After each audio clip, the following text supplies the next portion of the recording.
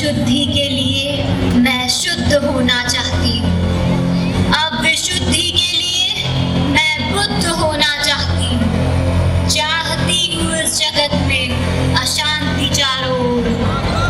इस जगत के प्रेम पर मैं क्रुद्ध होना चाहती हूँ। चाहती हूँ तोड़ देना सत्य की सारी दीवारें। चाहती हूँ मोड़ देना अशांति की सारी गुहारें। चाहती हूँ इस धरा पर द्वेष फूले और फले। चाहती हूँ इस जगत के हर हृदय में छलकने।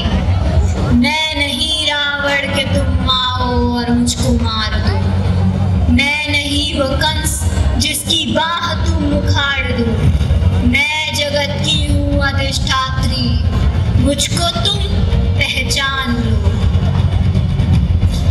कलयुग की कालिमा सर्वत्र अपना अफवाह फैला रही है। जहाँ कालिमा के विचारों से मेल हो भला, वहाँ कैसे बचा जा सकता है। इसी चपेटाघात में पड़ता है एक साधारण सा परिवार।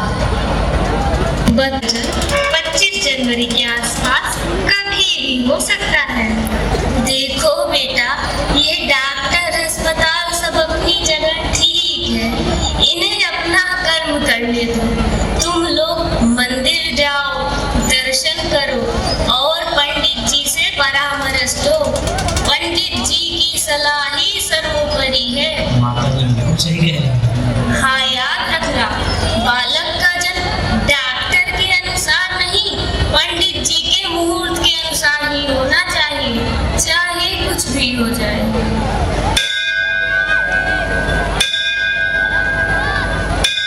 पंडित जी, आपकी कृपा से हमारे घर एक नया मेहमान आने वाला है। कृपा करके हमारा मार्गदर्शन करें कि कैसे हमें एक विलक्षण और प्रतापी संतान की प्राप्ति। हरिओम हरिओम। बालक, तुम बिल्कुल सही समय पर आए। मैं तुम्हारे संतान के जन्म से लेकर संपूर्ण जीवन का विचार कुंडली के माध्यम से कर सकता हूँ, परंतु यह याद रखो कि तुम्हारे संतान का जन्म मेरे बताए हुए समय पर ही होना चाहिए। स्मरण रहे, अगर एक पल की भी चूक हुई तो तुम्हें कदापि विलक्षण पुत्र की प्राप्ति नहीं होगी। जैसा आप कहें पंडित जी। हरिओम हरिओम।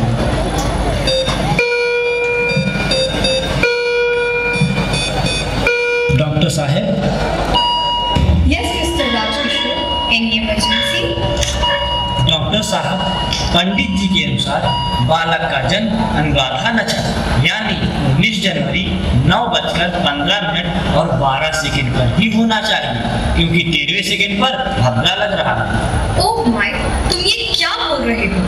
बालक, how come you know the gender of your child? और आपने rather I must say, आपके पंडित जी ने समय भी तय कर लिया है। हमारा तो अब कोई काम बचा ही नहीं। डॉक्टर साहब, आप ये अपना विदेशी ज्ञान छोड़िए और वही करिए जो हमारे पंडित जी ने कहा। माता जी के अनुसार पंडित जी की बातों का अवज्ञा नहीं होना चाहिए। जीवन की चुनौतियों में सबके अपने अपने आसमान होते हैं। विज्ञान के युग में कुछ ऐसे भी परम बुद्धिमान होते हैं। इस प्रकार 9:15 12 सेकंड पर पाए लागो दादी। जुग जुग जियो मेरे लाल, मेरी उम्र भी तुम्हें लग जाए।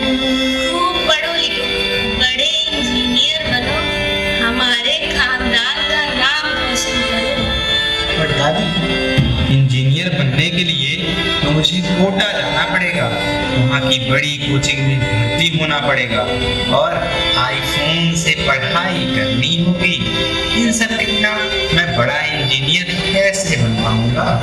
विभू बेटा, मैंने अपने बाल धूप में सफेद नहीं किए। मैं भी आजकल की कूल दादी हूँ। ये लो तुम्हारा आईफोन और ये रखो कोटा का एडमिशन फॉर्म। मैंने पहले से ही बंदोबस्त कर लिया। बट दादी, मेरे दोस्तों के पास ऐसी ऐसी बाइक हैं कि मेरा मन सिर्फ उन्हें देखकर ललचा कर रह जाता है। और देखो ना, पिताजी ने मुझे अभी तक एक बाइक भी नहीं दिलवाई। अरे तू चिंता मत कर विभू, मेरे चंदा, मेरे सूरज, मेरे कुलदीपक, समझो कि तुम्हारी बाइक आ गई। मेरे बेटे, हम सभी तुम्हें जीवन में उन्नति करते हुए देखना चाहते हैं। तुम्हें मेहनत और लगन से पढ़ाई कर एक सफल इंजीनियर बनना होगा।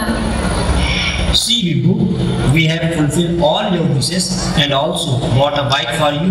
लेकिन संभाल के चलाना, I don't want to get any kind of trouble. ओहो, आप हमेशा मेरे विभू को लापरवाह समझते हैं। मेरा विभू जानता है, उसे हेलमेट लगाकर आराम से बाइक चलानी चाहिए। ओह कम ऑन मॉम, अभी तो आपने मेरी कुशलता के लिए भगवान से पूजा की। भला कोई हेलमेट किसी माँ के आशीर्वाद से ज्यादा किसी की रक्षा कर सकता है?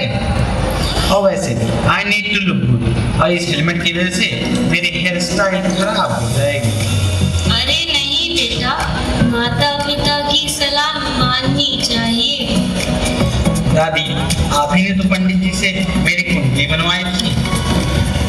पंडित जी ने कहा था ना कि मैं चिरंजीवी हूँ और जाको राखे साइया मार सके ना कोई। अब तो मैं चला।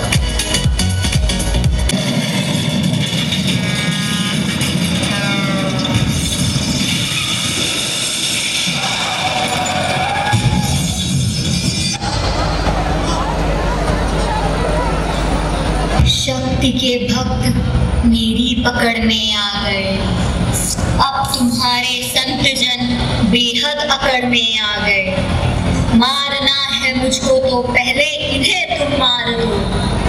अब नहीं जीतती दुनिया किसी भी देश को। अब हड़प लेती हूँ मैं इन मानवों के वेश को। हा हा हा,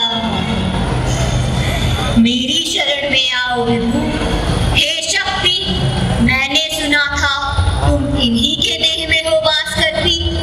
धर्म कर्म पूजा पाठ और तुम उपवास करती। अब मनुज की आत्मा और मन में मेरा वास है। अब मनुज के तन का हर एक रोग मेरा दास है। काटना चाहो मुझे तो पहले इनको काट दो। नष्ट करना है मुझे तो पहले इनका नाश हो। मैं कालिमा हूँ, आचरण मेरा तुरंत धारण करो, अन्यथा अब कीर्ति कुंठा के उचित कारण बनो।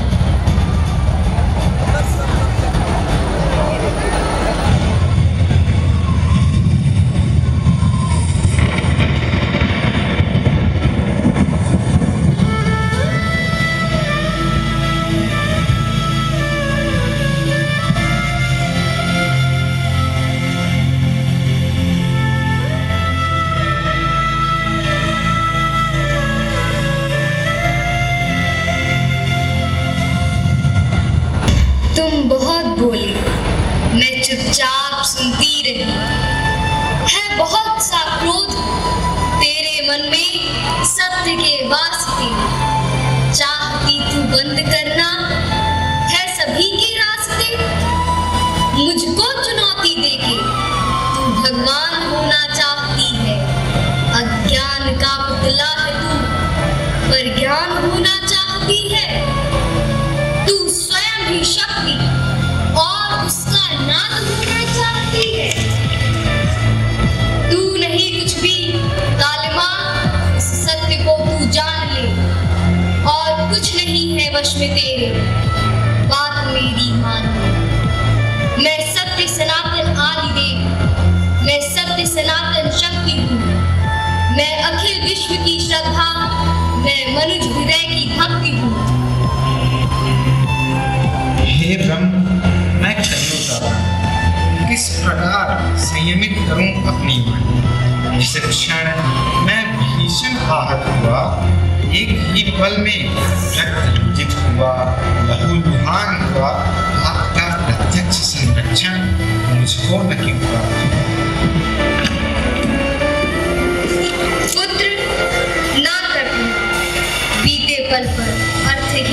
घेरा हुआ। हर क्षण तेरा मार्ग मैं प्रदर्शित करती है। माता पिता के शब्दों में मैं ही दिशा दिखाती है। अनसुनी कर माँ के आदेश परम वेग से बढ़ता गया। कदाचित माँ की बात सुनकर तुमने हेलमेट पहना। पिता का आदेश सुन गति निर्धारित की होगी तो तुम स्थिति में ना हो। हर पल में तुम्हारे माता पिता के निर्देशों में तुम्हारे साथ ही। हे शक्ति, अब मेरा एडमिशन बड़े कोचिंग में कैसे होगा? मैं कोटा कैसे जाऊंगा? मैं बड़ा इंजीनियर कैसे बन पाऊंगा? विभु, अपनी प्रतिभा को पहचानो। स्वयं से यह प्रश्न करो कि तुम कैसे इंजीनियर बनना चाहते हो। वह जो अपनी क्षमता से नहीं अपितु बेईमानी एवं लोभ के वशीभूत होकर लाखों लोगों की जान ले ले। कालिमा बीत रही बीमारी है। कालिमा मनुष्य हृदय की प्रत्याशा। कालिमा तो उसकी बेकारी है। कालिमा वो जिसका अस्तित्व नहीं। कालिमा वो जिसका व्यक्तित्व नहीं। कलयुग तो एक कल्पना है, इसमें जीवन का सत्य है। पंडित जी की भविष्यवाणी चाहे जो भी थी, पर परमात्मा का वरद हस्त पड़ते ही असर बना। क्या कालिमा ने विभु का पीछा छोड़ा? सर, आज की रेड में तो गजब ही हो गया। रेड सुनीता कॉस्मेटिक इंडस्ट्रीज में थी। वहां पर बहुत सारे ऐसे केमिकल मिले जिसका यूज पूरी तरह से इलीगल है। मैंने सारा सामान जब्त कर दिया। साथ ही साथ कंपनी के मालिक जयंत कोठारी को भी नोटिस भेज दिया है। वह आते ही होंगे। उनसे कुछ इंक्वायरी करके फिर चार्जशीट तैयार। You please don't worry. I will take care of this. कैसे कैसे भ्रष्टाचारी लोग बिजनेस कर रहे हैं। This man Kothari is not only breaking rules, but he is also spoiling life of people. इस करप्ट बिजनेसमैन को ऐसा चार्ज करूंगा, यह सबक उसे सही कर देगा। May I come in, sir?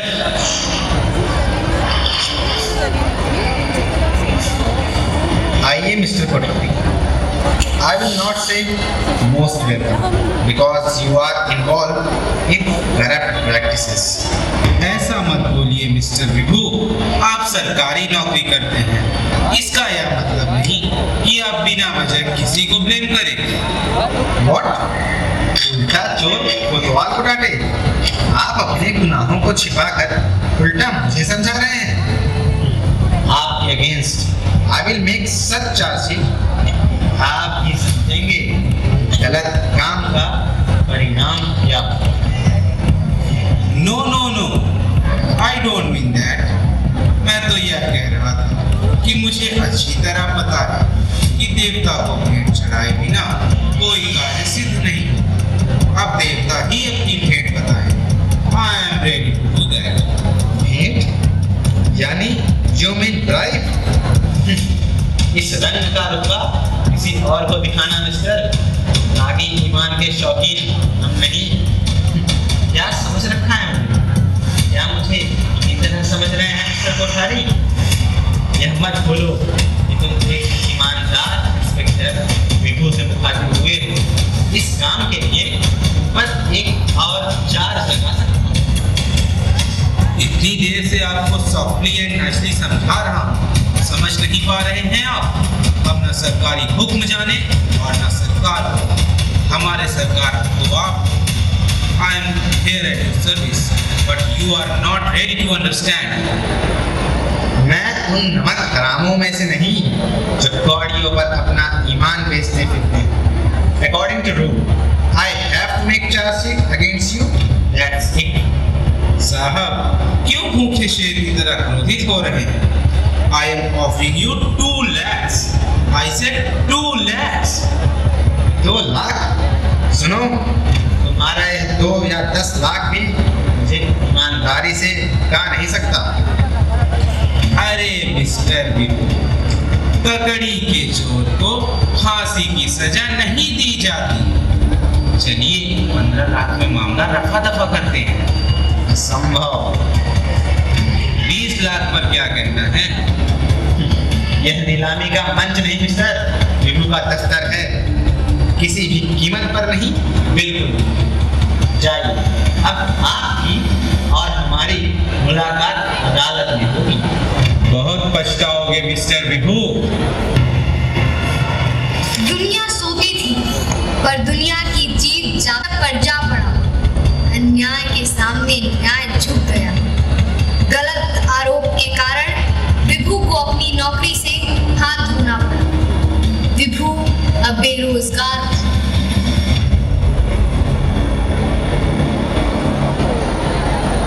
चलते वक्त इस अभागे को खूब समझाया था।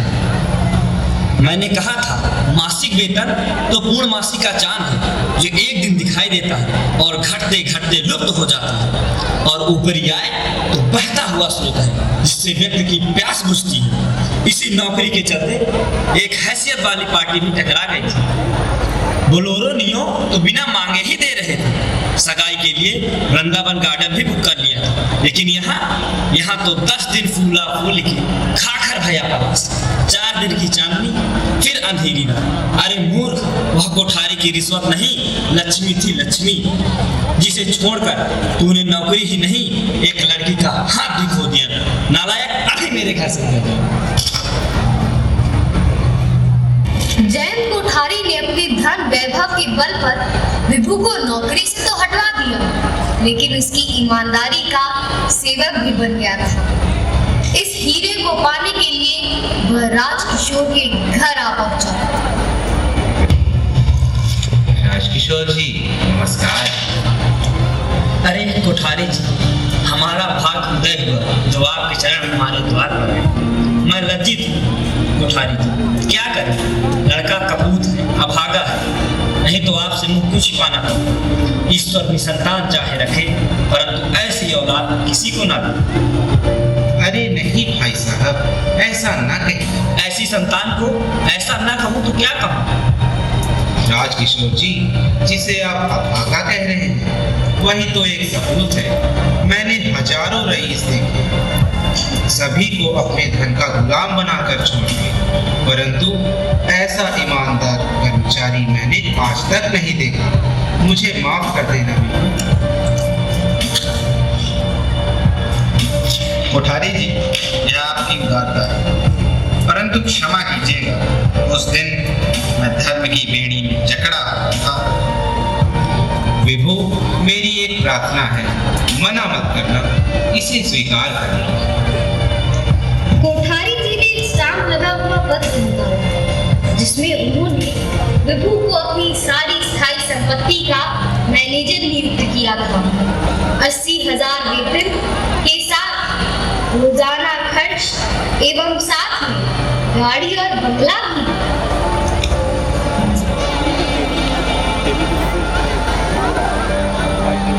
कोठारी जी, आपकी सच्ची उदारता की मैं प्रशंसा करता हूँ, परंतु इस पद के लिए तो किसी योग्य व्यक्ति की जरूरत है।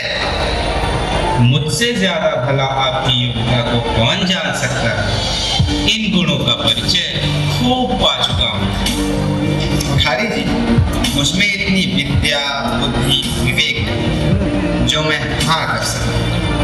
मुझे ना विद्वता की इच्छा है, ना अनुभव की, ना ही विवेक की। यह कलम लो विभू, हस्ताक्षर कर दो और मेरे गले लग जाओ।